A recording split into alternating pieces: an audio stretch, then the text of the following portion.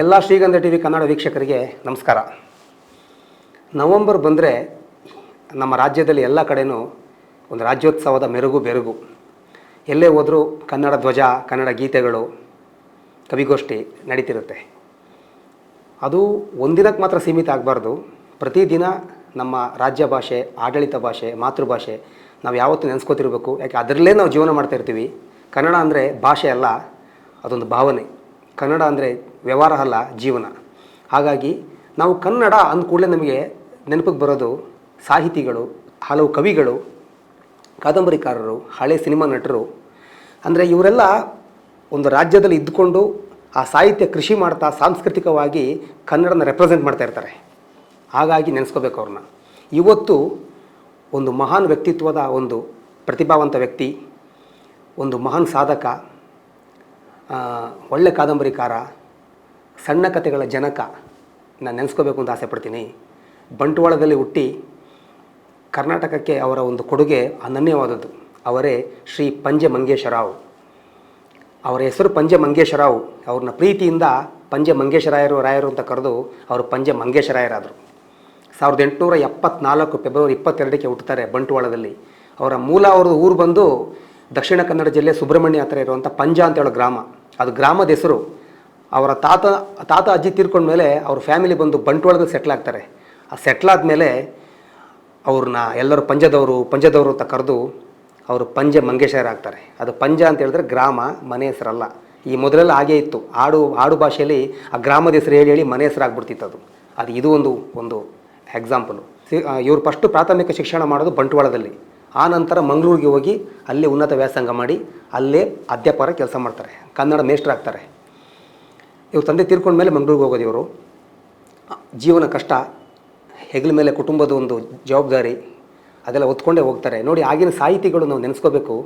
ವೃತ್ತಿ ಮಾಡೋದ್ರ ಜೊತೆ ಕನ್ನಡ ಕಟ್ಟುವ ಕೆಲಸ ಮಾಡ್ತಾಯಿದ್ರು ಫ್ರೆಂಡ್ಸ್. ಇದನ್ನ ನಾವು ನೆನೆಸ್ಕೋಬೇಕು. ವೃತ್ತಿ ಮಾಡ್ಕೊಂಡೇ ಹೋಗಿಲ್ಲ ಅವರು. ಒಂದು ಕಡೆ ವೃತ್ತಿ ಜೀವನಕ್ಕೋಸ್ಕರ, ಒಂದು ಕಡೆ ಕನ್ನಡ ಕಟ್ಟುವ ಕೆಲಸ ಮಾಡ್ತಾಯಿದ್ರು.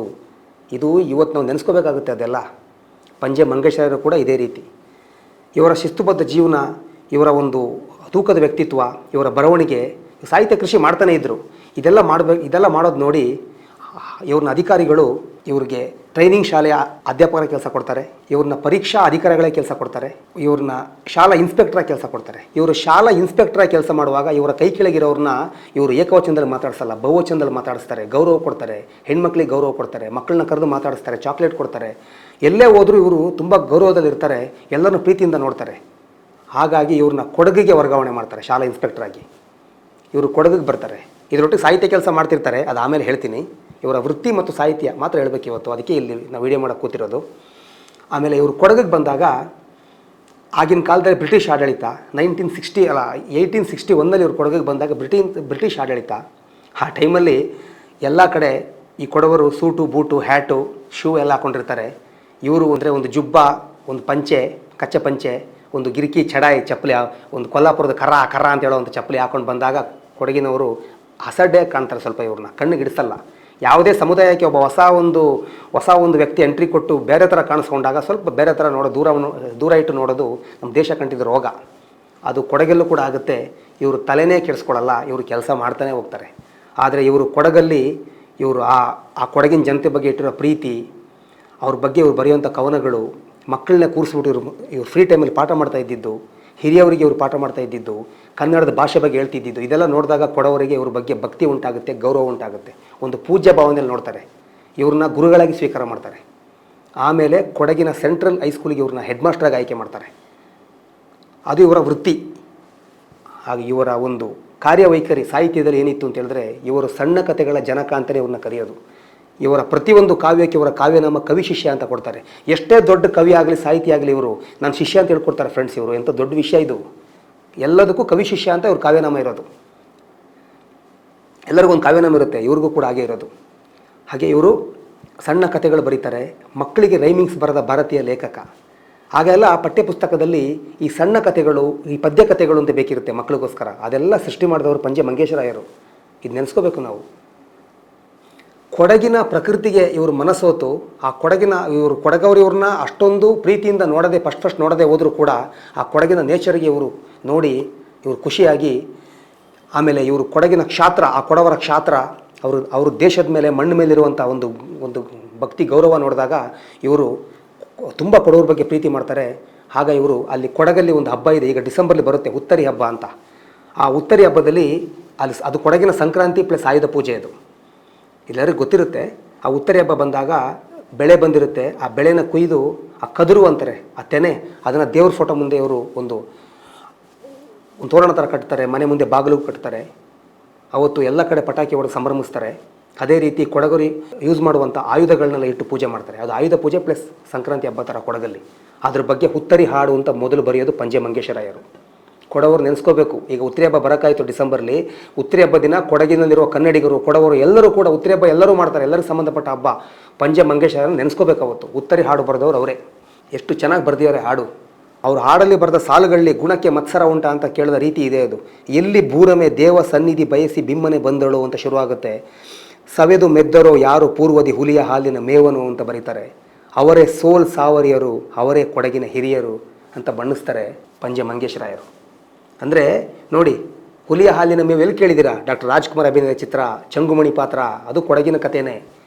ಇವರು ಆ ಸಾಲನ್ನ, ಆ ಒಂದು ಲೈನ್ನ ಯಾವತ್ತೂ ಬರೆದಿದ್ದಾರೆ, ಹುಲಿಯ ಹಾಲಿನ ಮೇವು ಅಂತ.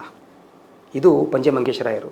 ಆಮೇಲೆ ತನ್ನ ತಮ್ಮ ತುಂಬ ಪ್ರೀತಿ ಮಾಡ್ತಿದ್ದ ತಮ್ಮ ಅಕಾಲಿಕ ಮರಣಕ್ಕೆ ತುತ್ತಾಗ್ತಾರೆ. ಆವಾಗ ಅಣ್ಣನ ವಿಲಾಪ ಅಂತೇಳಿ ಒಂದು ಶೋಕಗೀತೆ ಕನ್ನಡದಲ್ಲಿ ಮೊಟ್ಟ ಮೊದಲ ಬಾರಿಗೆ ಬರೆಯೋದು ಪಂಜೆ ಮಂಗೇಶರಾಯರು. ಆಮೇಲೆ ಇವರು ದಕ್ಷಿಣ ಕನ್ನಡದವರಲ್ವಾ, ಅಲ್ಲಿ ಒಂದು ಮುಂಗಾರು ಮಳೆಗೆ ಮುಂಗಾರಿನ ಗಾಳಿ ಜೋರಾಗಿ ಬೀಸ್ತಿರುತ್ತೆ. ಅದೆಲ್ಲ ಆ ಗಾಳಿ, ಆ ಮಳೆ ಇದೆಲ್ಲ ನೋಡಿದಾಗ ಒಂದು ಮ್ಯೂಸಿಕ್ ಥರ ಕೇಳಿಸುತ್ತೆ. ಆಗ ತೆಂಕಣ ಗಾಳಿ ಆಟ ಅಂತ ಒಂದು ಪದ್ಯ ಬರೀತಾರೆ ಇವರು, ಒಂದು ಕವಿತೆ ಬರೀತಾರೆ. ಆಮೇಲೆ ಡೊಂಬರ ಚೆನ್ನ ಅಂತೇಳೋ ಒಂದು ಕವನ, ರಂಗಶೆಟ್ಟಿ ಅಂತ ಹೇಳೋದು, ನಾಗಣ್ಣನ ಕನ್ನಡಕ, ಕಡೆಗಂಜಿ, ಇದೆಲ್ಲ ಇವರ ಪ್ರಸಿದ್ಧ ಕಥನ ಕವನಗಳು. ಎಲ್ಲದಕ್ಕಿಂತ ಹೆಚ್ಚಾಗಿ ಇವ್ರಿಗೆ ದಲಿತರ ಮೇಲೆ ತುಂಬ ಪ್ರೀತಿ ಇರುತ್ತೆ. ಅಸ್ಪೃಶ್ಯತೆ, ಜಾತಿ ಪದ್ಧತಿ ಇವರಿಗೆ ಇಷ್ಟ ಆಗೋದಿಲ್ಲ. ಹಾಗಾಗಿ ದಲಿತರ ಬಗ್ಗೆ ಮೊದಲ ಕನ್ನಡ ಪದ್ಯ ಬರೆಯೋದು ಪಂಜೆ ಮಂಗೇಶರಾಯರು. ಹೊಲೆಯನ್ನು ಹಾಡು ಅಂತ ಬರೀತಾರೆ. ಅದು ತುಂಬ ಕ್ರಾಂತಿಗೀತೆ ಆಗುತ್ತೆ. ಇದೆಲ್ಲ ತಿಳ್ಕೋಬೇಕು ನಾವು. ಇವರು ಶಿಶು ಸಾಹಿತ್ಯ, ಸಣ್ಣ ಕಥೆಗಳಿಗೆ ಹೆಸರುವಾಸಿ, ಅದರ ಜನಕ ಅಂತಲೇ ಕರೀತಾರೆ. ಆದರೆ ಇವರಿಗೆ ಪ್ರಶಸ್ತಿಗಳು, ಪುರಸ್ಕಾರಗಳು ತುಂಬ ಕಡಿಮೆ. ಅಲ್ಲಲ್ಲಿ ಕೆಲವು ಸಿಕ್ಕಿದೆ ಹೊರತು ಗುರುತಿಸುವಂಥ ಪ್ರಶಸ್ತಿಗಳು ಇವು ಸಿಕ್ಕಿಲ್ಲ. ಇವರೆಲ್ಲ ವಂಚಿತರು. ತುಂಬ ಬೇಜಾರಾಗುತ್ತೆ. ಕನ್ನಡ ಅಸ್ಮಿತೆಗೋಸ್ಕರ ಹೋರಾಡಿದವರು, ಕನ್ನಡಕ್ಕೋಸ್ಕರ, ನೆಲ ಜಲಕ್ಕೋಸ್ಕರ ಇವರು ಹೋರಾಡಿದವರು, ಬರೆದವರು, ನಮಗೋಸ್ಕರ ಬರೆದು ಪ್ರಶಸ್ತಿಗಳನ್ನ ಕೊಟ್ಟಿದ್ದಾರೆ ಹೊರತು ನಾವು ಅವ್ರಿಗೆ ಏನೂ ಕೊಡಲಿಲ್ಲ. ಆಗಿನ ಹಿರಿಯವರು ಕೊಡಲಿಲ್ಲ, ನಾವು ಈಗ ನೆನೆಸ್ಕೊಳ್ಳೋದೇ ಇಲ್ಲ ಅವ್ರನ್ನ. ಹಾಗಿರುವಾಗ ಇವರಿಗೆ ಒಂದು ಸನ್ಮಾನ ಆಗುತ್ತೆ. ಅದೇನೆಂದರೆ, ದಕ್ಷಿಣಕ್ಕೂ ಉತ್ತರ ಕರ್ನಾಟಕ ದಕ್ಷಿಣಕ್ಕೂ ಎರಡಕ್ಕೂ ಸಂಪರ್ಕ ಇರಲ್ಲ, ಸಾರಿಗೆ ಸಂಪರ್ಕ ಕಡಿಮೆ ಇರುತ್ತೆ. ಇಲ್ಲಿ ಉತ್ತರ ಕರ್ನಾಟಕದಲ್ಲಿ ಅಲ್ಲಲ್ಲಿ ಆಗ್ತಿರುವಂಥ ಕೆಲವು ಕವಿಗೋಷ್ಠಿಗಳು, ನಾಡ ಹಬ್ಬಗಳಿಗೆ ಅಲ್ಲಿರುವಂಥ ಸಾಹಿತಿಗಳು, ಕವಿಗಳು, ಕಾದಂಬರಿಕಾರರೇ ಬಂದೇ ಸ್ಪೀಚ್ ಮಾಡ್ತಾ ಇರ್ತಾರೆ. ಆಗ ಸೂಕ್ಷ್ಮ ಸಂವೇದನಾಶೀಲ ಆಗಿರುವಂಥ ನಮ್ಮ ಪಂಜೆ ಮಂಗೇಶರಾಯರು ಕವಿಗಳು, ಸಾಹಿತಿಗಳು, ರಸಿಕರು, ವಿಮರ್ಶಕರು, ವಾಗ್ಮಿ, ಒಳ್ಳೆ ಗಾಯಕ, ಇದೆಲ್ಲ ಅಂಶವನ್ನು ಒಳಗೊಂಡಂಥ ಮಂಗೇಶರಾಯರನ್ನ 1934 ಅಖಿಲ ಭಾರತ ಕನ್ನಡ ಸಾಹಿತ್ಯ ಸಮ್ಮೇಳನಕ್ಕೆ ರಾಯಚೂರಲ್ಲಿ ಅಧ್ಯಕ್ಷರನ್ನಾಗಿ ಮಾಡ್ತಾರೆ. ಇದೊಂದು ಅವರಿಗೆ ಸಿಗುವಂಥ ದೊಡ್ಡ ಬಿರುದು, ಗೌರವ ಸನ್ಮಾನ. ಅಲ್ಲಿ ಇವರು ಒಳ್ಳೆ ಸ್ಪೀಚ್ ಮಾಡ್ತಾರೆ. ಕನ್ನಡದ ಬಗ್ಗೆ ತುಂಬ ಒಂದು ಹುಮ್ಮಸ್ಸು ವ್ಯಕ್ತಪಡಿಸ್ತಾರೆ ಮಾತಲ್ಲಿ. ಅಲ್ಲಿಗೆ ಸಂಪರ್ಕ ಶುರುವಾಗುತ್ತೆ. ಆಗ ಸಾಹಿತ್ಯ ಪರಿಷತ್ ಬೆಳೀತಾ ಇರುತ್ತೆ. ಆಗ ಅವ್ರನ್ನ ಗುರುತಿಸ್ತಾರೆ. ಅಲ್ಲಿವರೆಗೂ ನಿಮಗೆ ದಕ್ಷಿಣ ಕನ್ನಡಕ್ಕೂ ಉತ್ತರ ಕನ್ನಡಕ್ಕೂ ಸಂಪರ್ಕ ಕಡಿಮೆ ಇರುತ್ತೆ. ಮುಖಪರಿಚಯ ಅಷ್ಟಾಗಿರಲ್ಲ. ಇದರಿಂದ ಮುಖಪರಿಚಯ ಆಗುತ್ತೆ. ಇವ್ರಿಗೆ ಎಷ್ಟು ಮಕ್ಕಳಂದರೆ ಪ್ರೀತಿ ಅಂದರೆ, ಯಾರೇ ಮಕ್ಕಳು ಕಂಡ್ರು ಚಾಕ್ಲೇಟ್ ಕೊಡೋದು, ಮಕ್ಕಳನ್ನ ಕೂರಿಸ್ಕೊಂಡು ಪಾಠ ಮಾಡೋದು, ಕನ್ನಡದ ಬಗ್ಗೆ ಹೇಳೋದು, ಕನ್ನಡದ ಒಂದು ಹೋರಾಟದ ಬಗ್ಗೆ ಹೇಳೋದು, ಇದೆಲ್ಲ ಮೂಡಿಸಿದ್ದು ಪಂಜೆ ಮಂಗೇಶರಾಯರು. ಇದನ್ನ ನೆನೆಸ್ಕೋಬೇಕು ನಾವು. ಇವರ ಮಾತೃಭಾಷೆ ಬಂದು, ಇವರ ಮನೆ ಭಾಷೆ ಬಂದು ಕೊಂಕಣಿ, ಊರಿನಲ್ಲಿ ಮಾತಾಡೋದು ತುಳು, ಶಾಲೆಯಲ್ಲಿ ಕಲ್ತಿದ್ದು ಕನ್ನಡ, ಉನ್ನತ ವ್ಯಾಸಂಗ ಇಂಗ್ಲೀಷು, ಅದಲ್ಲದೆ ತಮಿಳು, ಮಲಯಾಳಂ, ತೆಲುಗು ಹಾಗೂ ಕೊಡವ ಭಾಷೆನ ನೀರು ಕುಡ್ದಾಗ ಮಾತಾಡ್ತಿದ್ರು ಮಂಗೇಶರಾಯರು. ಎಂಥ ವ್ಯಕ್ತಿತ್ವ ನೋಡಿ. ನಾವು ಕನ್ನಡ ಅಂತ ಬಂದಾಗ ಇಂಥವ್ರು ನೆನೆಸ್ಕೋಬೇಕಾಗುತ್ತೆ ನಾವು. ನವಂಬರ್ ತಿಂಗಳಲ್ಲಿ ಮಾತ್ರ ಅಲ್ಲ, ಇವರೆಲ್ಲ ಕನ್ನಡದ ಅಸ್ಮಿತೆಗೋಸ್ಕರ ಕನ್ನಡ ಸಾಹಿತ್ಯ ಕೃಷಿ ಮಾಡಿದವರು, ಕನ್ನಡದ ಚೆನ್ನಾಗಿ ದುಡಿಸ್ಕೊಂಡವರು ಇವರು.